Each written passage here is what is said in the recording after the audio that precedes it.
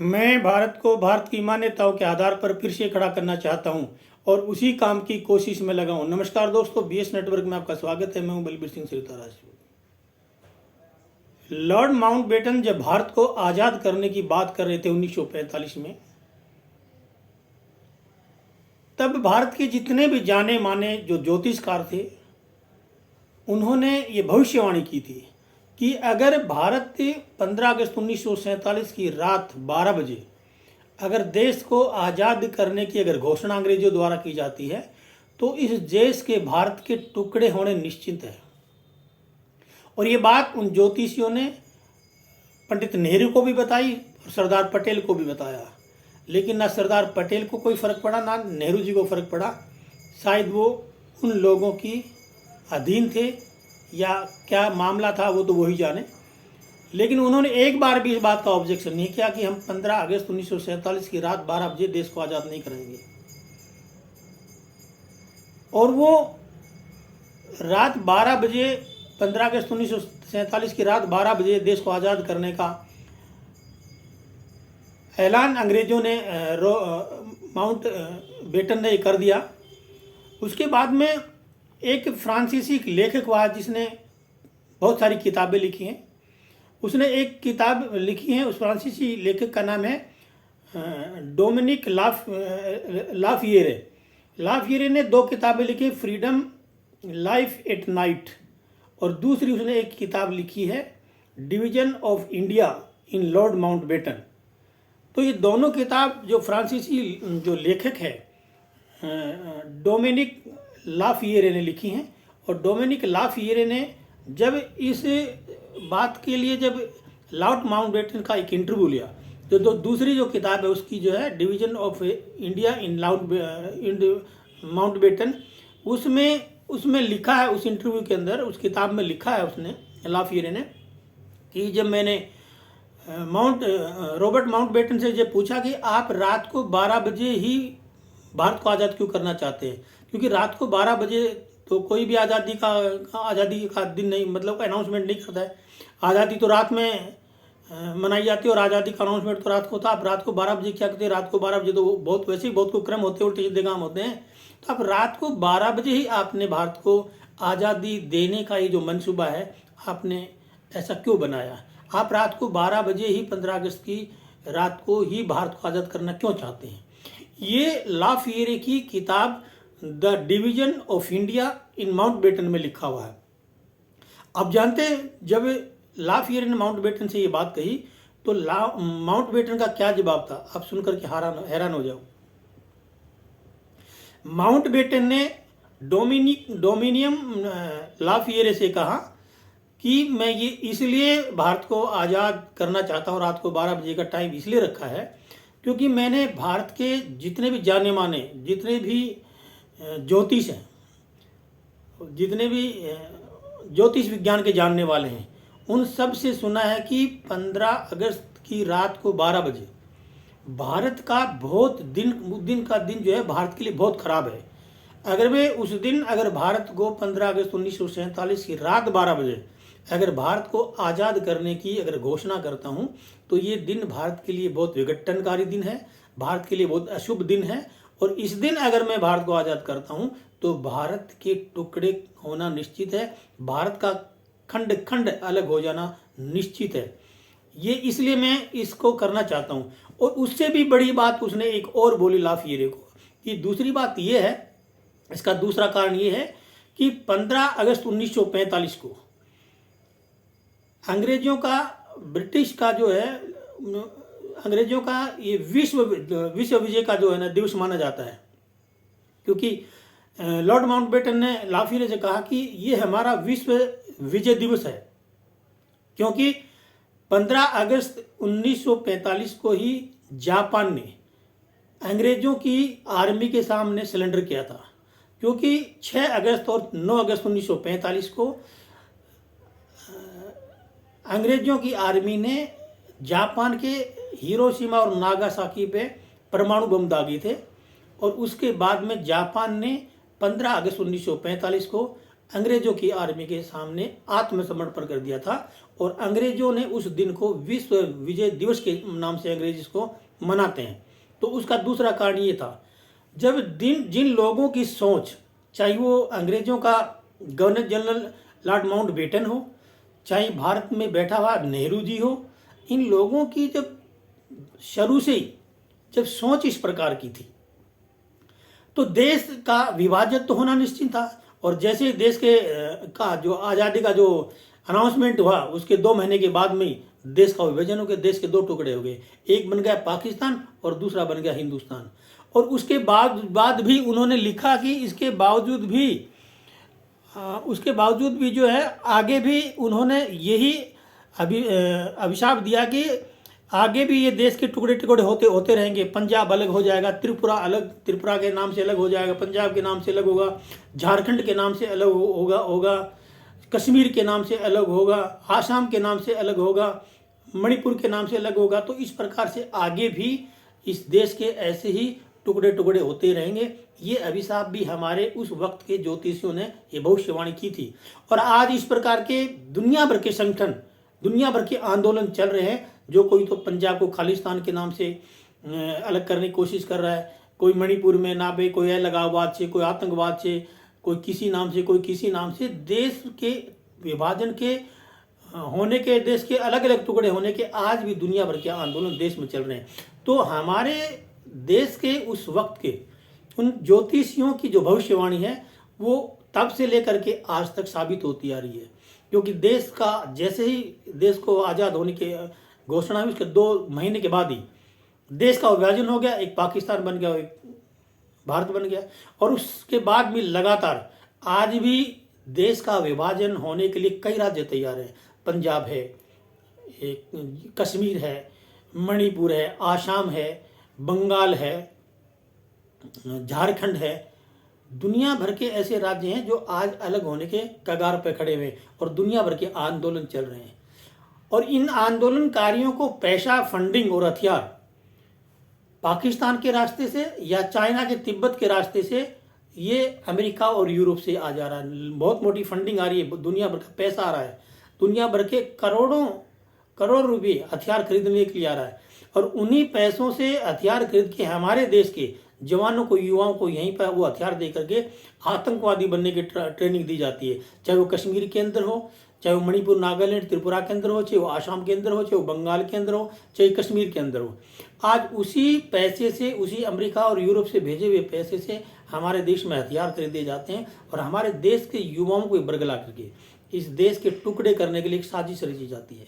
तो इसे पूरी बीमारी की जो जड़ में है, स्टार्टिंग से जब से देश आज़ाद हुआ तब से लेकर के आज तक कांग्रेस का हाथ रहा है, ये नेहरू गांधी परिवार का हाथ रहा है। क्योंकि उन लोगों की शुरू से ये सोचती थी अगर भारत जब आज़ाद हो जाएगा तो भारत को एक नहीं रहने देना है, भारत को धर्म के और जातियों के आधार पर तोड़ देना है। पहले धर्म के आधार पर 2 देश बनाए, उसके बाद में भारत और पाकिस्तान बना, फिर पाकिस्तान से एक हिस्सा निकल के बांग्लादेश बन गया, उसके बाद में आज पंजाब अलग से खालिस्तान मांग रहा है। अब जाति और धर्म के नाम से फिर टुकड़े टुकड़े हो रहे हैं। कुछ जगह धर्म के नाम से बंटना चाहता है देश और कुछ जगह पे जाति के नाम से बंटना चाहता है। तो ये जो बीमारी है, ये बीमारी गांधी नेहरू परिवार से चलती आ रही है। क्योंकि उनका स्टार्टिंग से मनसूबा था, क्योंकि ये अंग्रेजों के पिट्ठू थे। आज भी इस देश के अंदर अगर ये अंग्रेजों के पिट्ठू नहीं होते और इनका मनसूबा गांधी नेहरू परिवार का या कांग्रेस का, कम्युनिस्ट लोगों का या कम्युनिस्ट पार्टियों का अगर ये इरादा इस देश के प्रति अच्छा होता तो आज ये अंग्रेजों के बनाए हुए सारे के सारे जितनी भी कानून व्यवस्था है, ये सारे के सारे कानून खत्म कर दिए होते। और जितने भी मैकोले के द्वारा बनाई हुई जो शिक्षा व्यवस्था है उसको खत्म कर दिया होता, मैकोले के द्वारा बनाई हुई शासन व्यवस्था को खत्म कर दिया होता, मैकोले के द्वारा बनाए गए भारत में कर जो सिस्टम है, कर प्रणाली है, उसको खत्म कर दिया होता। क्योंकि ये करना ही नहीं चाहते हैं। क्योंकि आज भी इस देश में अंग्रेजों की हुकूमत चल रही है। क्योंकि देश आज़ाद तो 15 अगस्त 1947 को हुआ नहीं था। अंग्रेजों ने मात्र देश को एक पावर ऑफ ट्रांसफर हुआ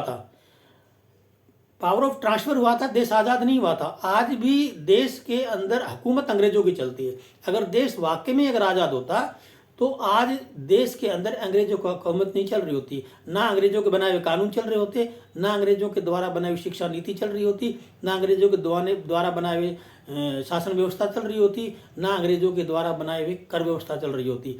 आज वो इसलिए चल रही है क्योंकि अंग्रेजों ने भारत को आज़ाद किया ही नहीं था कभी। ये सबसे बड़ी झूठ है देश के अंदर। अंग्रेजों ने सिर्फ भारत को ट्रांसफ़र और पावर का ट्रांसफ़र किया था, देश आज़ाद नहीं हुआ था। आज भी लोगों को गलत मतलब ये वहम है कि भारत 15 अगस्त 1947 को आज़ाद हो गया था। भारत कभी आज़ाद नहीं हुआ और भारत आज़ाद अभी होगा भी नहीं। पहले गोरे अंग्रेजों की अधीन था, अब काले अंग्रेजों के अधीन है। क्योंकि अगर ये काले अंग्रेज अगर इस देश को आज़ाद करना चाहें तो सबसे पहले तो इस देश से जो अंग्रेजियत है उस अंग्रेजियत को खत्म करें। जिस दिन इस देश से अंग्रेजियत खत्म हो जाएगी उस दिन इस भारत को आप आज़ाद समझना। अब तक ये भारत आज़ाद हुआ नहीं। बहुत सारे लोगों के मुंह से मैं सुनता हूँ कि 2014 में देश आज़ाद हुआ है। 2014 में पहली बार देश के अंदर भारतीय सरकार बनी है, हिंदू सरकार बनी है, भारतीय सरकार बनी है। नहीं, ये सब गलत, ये सब झूठ है। ना तो 1947 में भारत आज़ाद हुआ था, ना 2014 में भारत आज़ाद हुआ है, और ना भारत को आज़ाद होने की आगे कोई गुंजाइश नज़र आती है। आज भी अगर 2014 में भारत आज़ाद हो गया तो भारत से ये सब सिस्टम, अंग्रेजी सिस्टम हट क्यों नहीं रहा? जिस दिन भारत से अंग्रेजी सिस्टम हट जाएगा उस दिन भारत को आज़ाद माना जाएगा। ना तो भारत से अंग्रेजों की शिक्षा व्यवस्था हट रही है, 75-76 साल हो गए। आज की सरकारें उसी शिक्षा व्यवस्था को ढोई घूम रही है। आज तक वही कानून व्यवस्था को ढोई घूम रही है, वही कर व्यवस्था को ढोई घूम रही है, वही शासन व्यवस्था को ढो रही है। हर चीज़ अंग्रेजों की बनाई हुई आज भी देश में चल रही। तो देश आज़ाद हुआ कब? सबसे बड़ा झूठ अगर देश में है तो वो ये है कि भारत 15 अगस्त 1947 को आज़ाद हुआ। ये कोरी कल्पना, कोरी झूठ है। इससे बड़ा झूठ और भारत में कुछ हो ही नहीं सकता है। देश आज़ाद ना था, ना है, ना आगे काफ़ी लंबे समय तक मुझे गुंजाइश लग रही है। क्योंकि ये जो काले अंग्रेज हैं ये गोरे अंग्रेजों से भी ज़्यादा लुटेरे हैं। गोरे अंग्रेजों ने तो 23 प्रकार के टैक्स लगा रखे थे, इन काले अंग्रेजों ने तो 64 प्रकार के टैक्स लगा के इस देश को लूट रखा है। तो ये देश आज़ाद होगा कैसे? ये देश तो दिन प्रतिदिन गुलाम हो रहा है। पहले अंग्रेजों का गुलाम था, अभी काले अंग्रेजों का गुलाम है। तो जब तक ये सब सिस्टम बंद नहीं होगा, ख़त्म नहीं होगा अंग्रेजों का, और ये सिस्टम तब होगा जब जनता में जागरूकता आएगी। क्योंकि लोग चाहते ही नहीं है, भारत के नागरिक चाहते ही नहीं कि देश आज़ाद हो या देश के अंदर बदलाव आए, हमारी क्रांति वीर जो शहीद थे उनका सपनों का भारत बने। हमारे क्रांति वीर जो शहीद हुए हैं, जिन्होंने अपनी प्राणों की आहुति दी, उनका सपना ये नहीं था। उनका सपना था कि देश आज़ाद होने के बाद में देश पूर्ण रूप से स्वतंत्र हो। मगर देश पूर्ण रूप से स्वतंत्र तो नहीं हुआ, देश पूर्ण रूप से और ज़्यादा गुलाम हो गया। पहले गोरे अंग्रेजों का, अब काले अंग्रेजों का। और लोग बोलते हैं कि देश आज़ाद हो गया। 2014 में पहली बार भारत में भारतीय सरकार आई। भारतीय सरकार आई तो भारतीय सारी कर व्यवस्था, भारतीय शासन व्यवस्था, भारतीय शिक्षा व्यवस्था, भारतीय कानून व्यवस्था क्यों नहीं लागू होती है? क्योंकि ऐसा कुछ हुआ ही नहीं है। ये सिर्फ सत्ता में वोट लेने के लिए, सत्ता में बने रहने के लिए सिर्फ ये कि ये अफवाह फैलाई जाती है कि 2014 में देश के अंदर भारतीय सरकार बनी है। कोई देश में भारतीय सरकार नहीं बनी कभी आज तक। आज भी अंग्रेजों की सरकार है ये, आज भी अंग्रेजों की कानून कायदे चलते हैं, अंग्रेजों का सिस्टम चलता है। तो जब तक ये भारत के लोग मजबूत मन बना करके जब तक इन सब चीज़ों का विरोध नहीं करेंगे, भारत अंग्रेजों की कानून व्यवस्था का, अंग्रेजों की शिक्षा व्यवस्था का, अंग्रेजों की शासन व्यवस्था का, अंग्रेजों की कर व्यवस्था का जब तक विरोध करके भारतीय सिस्टम नहीं लाएंगे, जब तक अंग्रेजियत खत्म करके जब तक भारतीय सिस्टम लागू नहीं होगा, जब तक देश ना आज़ाद था, न है, न होगा। तो मेरी आप सभी भारतीयों से ये अपील है कि एकजुट होकर के इन अंग्रेजों के बनाए हुए कानूनों का विरोध करें, इन अंग्रेजों के बनाए हुए कानूनों को ख़त्म करने की मांग करें, इन अंग्रेजों की बनाई हुई शिक्षा व्यवस्था को ख़त्म करने की मांग करें, भारतीय शिक्षा व्यवस्था को लागू करने की मांग करें, अंग्रेजों की बनाई हुई कर व्यवस्था को ख़त्म करने की मांग करें और भारतीय कर व्यवस्था लागू करने की मांग करें। बल्कि भारत में कोई भी कर व्यवस्था होनी नहीं चाहिए, कोई भी टैक्स होना ही नहीं चाहिए। 1% टैक्स होना चाहिए, वो भी ट्रांजैक्शन टैक्स होना चाहिए। ट्रांजैक्शन टैक्स होगा, बाकी के सारे भी 63 प्रकार 64 प्रकार के टैक्स खत्म होंगे तो अपने आप देश आज़ाद होता, अपने आप देश विकसित देश हो जाएगा। अभी देश ना विकसित है ना विकासशील देश है। खाली ये सब लक्ष्यदार भाषण देने से या झूठे आंकड़े दिखाने से देश आज़ाद नहीं होता, देश का विकास या कल्याण नहीं होता है। ना तो देश में भुखमरी खत्म हुई है, ना देश में बेरोजगारी खत्म हुई है, ना देश के अंदर गरीबी खत्म हुई है, बल्कि दिन प्रतिदिन ये सब चीज़ें बढ़ रही हैं। तो देश आज़ाद है कहाँ से दिख रहा है? कोई तो बताए कि देश आज़ादी इस वजह से है। मुझे कहीं से भी देश आज़ाद नज़र नहीं आ रहा है। मुझे इस देश में चारों तरफ से घोर अंधकार, गुलामी ही गुलामी नजर आती है। शासन व्यवस्था में बैठे हुए अधिकारियों की गुलामी, नेताओं की गुलामी, पुलिस की गुलामी, न्याय व्यवस्था की गुलामी। तो देश आज़ाद है कहाँ पे? पहले भी अंग्रेजों के लिए पुलिस बनी थी, अंग्रेजों की सपोर्ट के लिए पुलिस बना रखी थी। अंग्रेजों के इशारे पे पुलिस नाचती थी, आज ये नहीं। काले अंग्रेजों के इशारों पे नाचती है। आज वही कानून व्यवस्था अंग्रेजों के बचाव के लिए थी, आज वही कानून व्यवस्था इन काले अंग्रेजों के बचाव के लिए। तो इस देश में बदला क्या है? कुछ भी नहीं बदला। दुनिया को भ्रमित कर रखा है, दुनिया भ्रमित हो रखी है। तो मैं आप सभी देशवासियों से अपील करता हूँ, इन सब चीज़ों की को ख़त्म करके भारतीय सिस्टम लागू करने की मांग करें। अपने घरों से निकलें, एक आंदोलन के रूप से बाहर निकलें और एक अभियान चलाएं कि अंग्रेजों के बनाए हुए सारी अंग्रेजियत को ख़त्म करके भारतीय सिस्टम लागू किया जाए। तो आज के अंक में बस इतना ही। कल फिर मिलेंगे किसी और मुद्दे पर। जब तक मेरा वीडियो शेयर करिए, लाइक करिए, सब्सक्राइब। जय हिंद, जय भारत।